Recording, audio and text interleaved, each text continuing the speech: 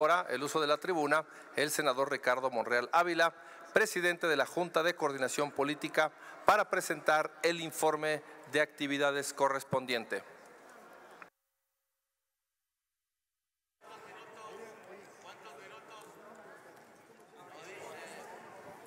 Ciudadano presidente, ciudadanos legisladores y legisladoras, solicitaría, presidenta, que incorpore al diario de debates un discurso que había preparado sobre el cierre de ejercicio y también, si es posible, distribuyan entre los senadores y senadoras el informe de la Junta de Coordinación Política resumida.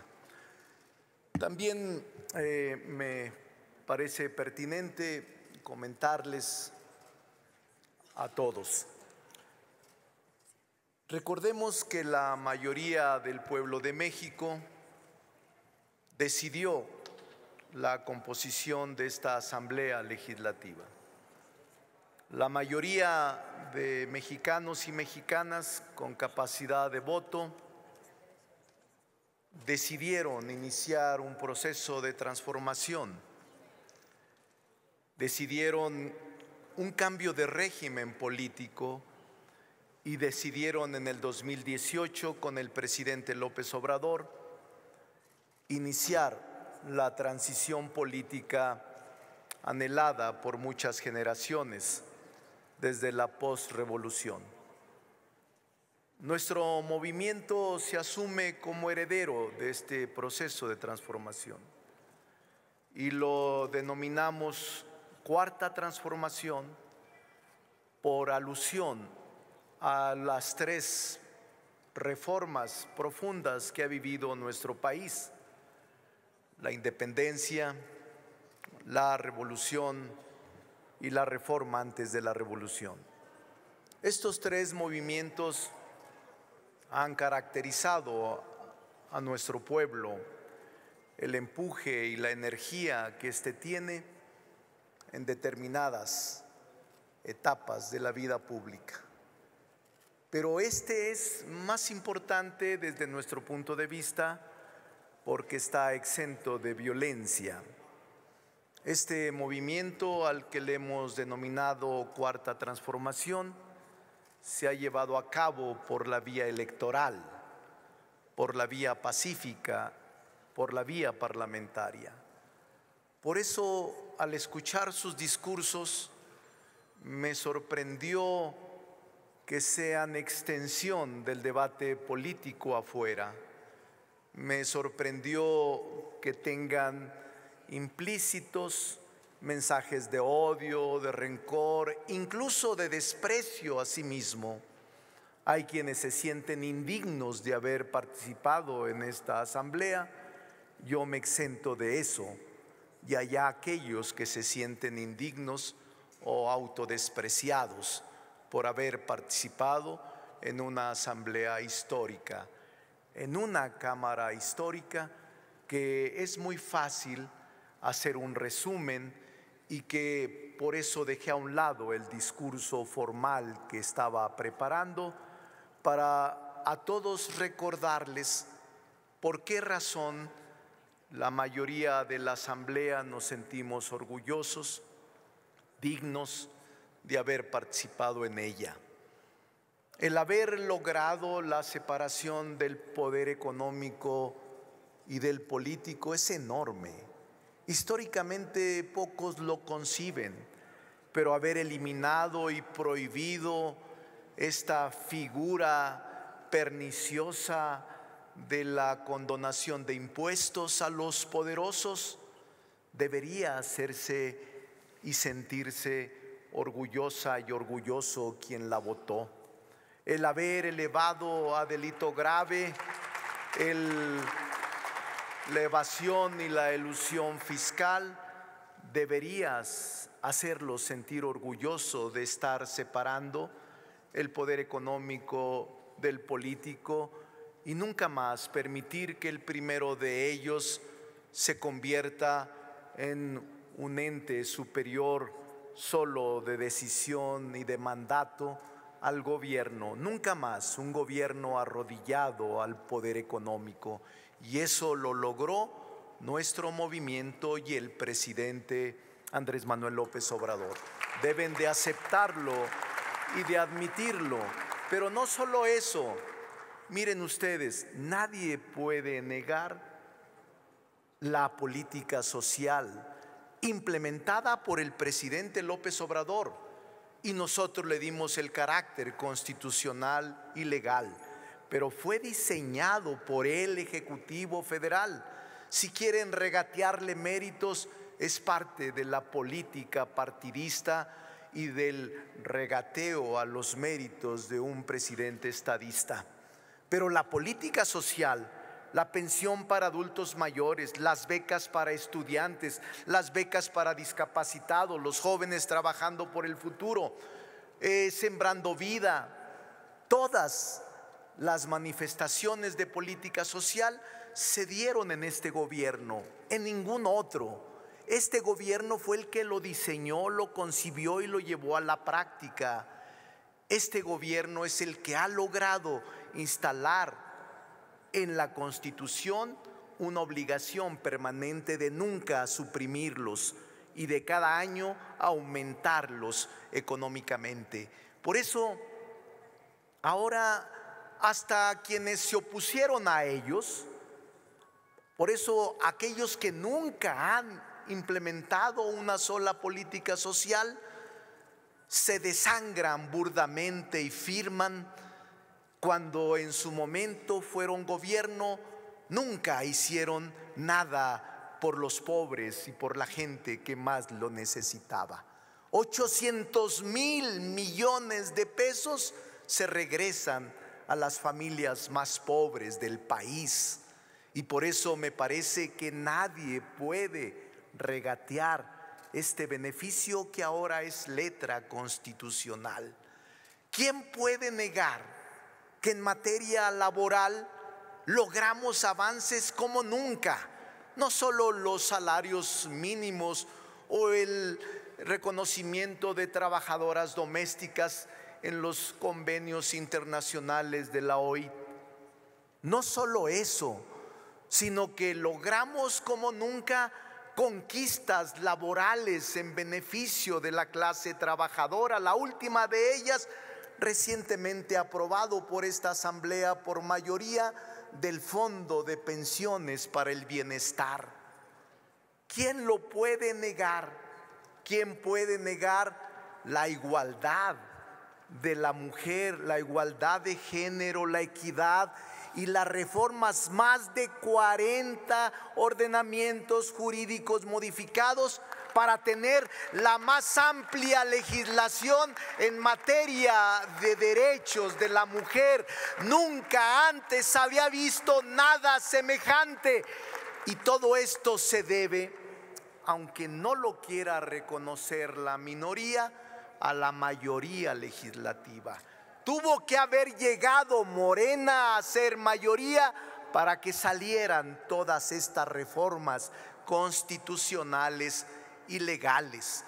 Por eso a mí me preocupa el que no reconozcan esto, el que minimicen nuestro trabajo y el que lo reduzcan a una simple disputa partidista. 40 proyectos en materia constitucional con reformas extraordinarias, 40 proyectos de reforma constitucional, 300 enmiendas en materia diversa, 58 instrumentos internacionales ratificados y aprobados por el Senado, como el TEMEC y otros más, 2.500 nombramientos hechos en esta Asamblea, más de 490 acuerdos de la Jocopo. ¿Les parece a muchos mínimo el trabajo legislativo? Yo diría, fue una agenda legislativa progresista que llevamos a las urnas en el 2018 y que por fortuna podemos dar cuenta positiva a nuestros electores que en aquel momento confiaron de nosotros. No solo mecanismos de participación directa como la revocación de mandato y como la Asamblea Popular o la consulta popular, sino también instrumentos como la derogación de la mal llamada reforma educativa para establecer en la Constitución y en la ley nunca más el desprecio para los maestros y maestras de México, nunca más el uso político y la persecución contra maestros y maestras, y la política de bienestar que hemos elevado a rango constitucional, elevar a delito grave la corrupción y los delitos electorales. Pero además de toda esta inmensa gama de reformas constitucionales y legales, construimos 40 nuevos instrumentos jurídicos en leyes completas. Creamos la Guardia Nacional como institución de confianza frente a la herencia maldita de un Estado fallido en materia de inseguridad.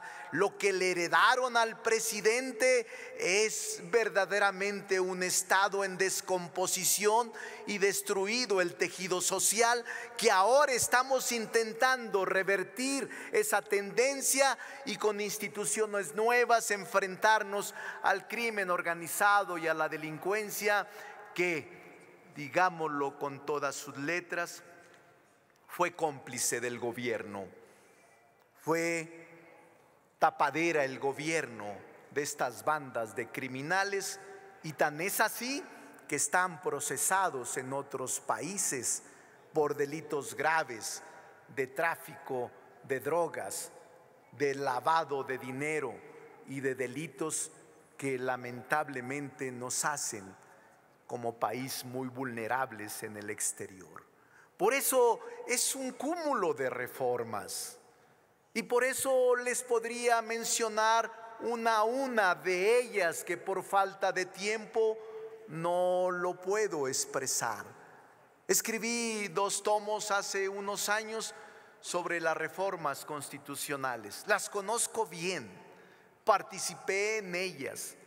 Y todos los que se quejan de que hubo mayoría, de que no hubo escucha, de que hubo imposición, les quiero dar un dato contundente. ¿Saben ustedes cuántas reformas se aprobaron y de qué manera?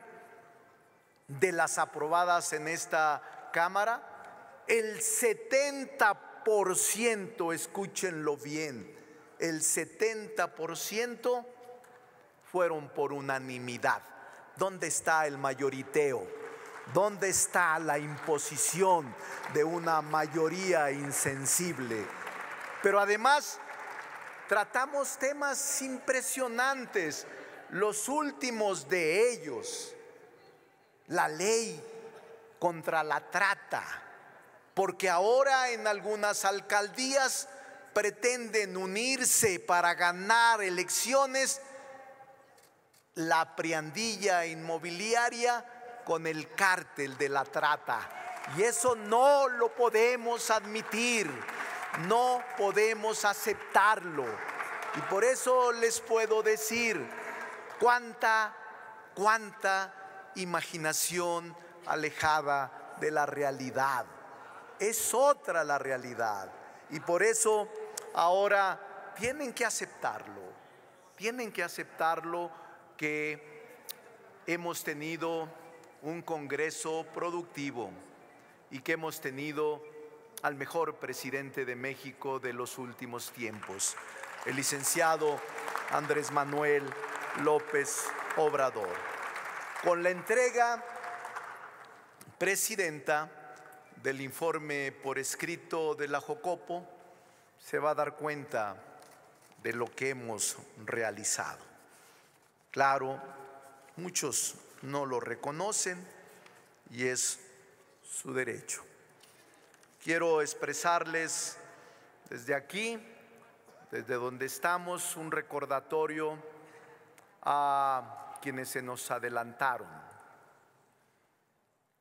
a sus familias, a sus seres queridos, nuestro reconocimiento perenne. Angélica García Arrieta de Hidalgo, senadora de Hidalgo.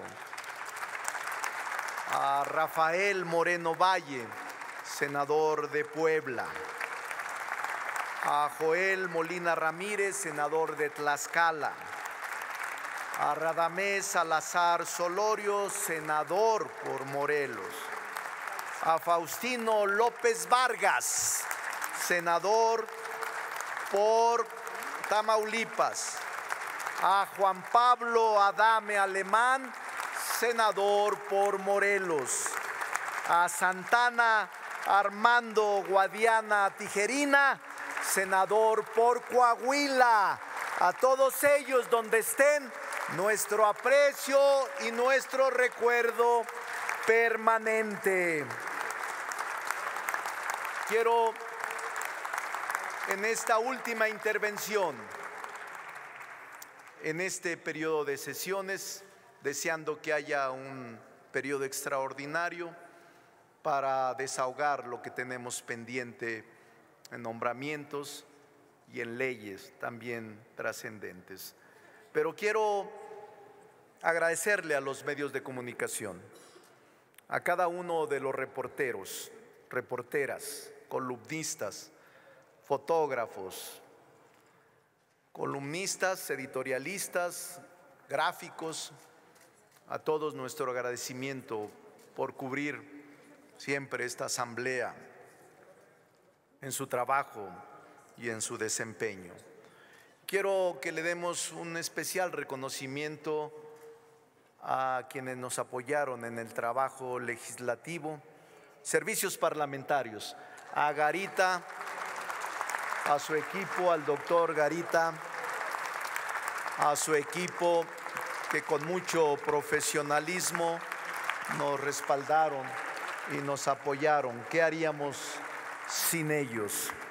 Y quiero también agradecerle al secretario general, Mauricio Fara, y a todo su equipo de trabajo que nos acompañó a lo largo de estos 6 años. Agradezco el acompañamiento y la construcción de acuerdos a compañeros coordinadores, a Damián Cepeda Vidales, del Partido Acción Nacional, que fue el primer coordinador, a Yulem Rementería del Puerto, obviamente a Rafael Moreno Valle, en paz descanse, Mauricio Curi, le mandamos un saludo desde el Senado de la República, ahora gobernador de Querétaro, a Miguel Ángel Osorio Chong, coordinador del PRI en una primera etapa, y a Manuel Añorbe Baños, actual coordinador, a Dante Delgado, coordinador de Movimiento Ciudadano en un primer momento, y a Clemente Castañeda, coordinador actual, a Manuel Velasco Cuello, que fue coordinador del Verde, y ahora a Raúl Bolaños Cacho, actual coordinador, a Alejandro González Yáñez y a Giovanna del Carmen Bañuelos de la Torre, actual coordinadora del PT, a Sacil de León, del Partido Encuentro Social, a Miguel Ángel Mancera Espinosa, del PRD, y a todos los reconozco como hombres honorables y a mujeres honorables. No tengo ningún empacho en reconocerlos. Yo sí me siento muy orgulloso de esta legislatura. Aprendí de muchos de ustedes, su carácter, su diferencia, incluso su oposición o su discurso. Aprendí a respetarlos y espero siempre actuar de la misma manera. Podemos tener diferencias y las vamos a sostener, pero el respeto nunca se puede perder. Enhorabuena, felicidades esta legislatura.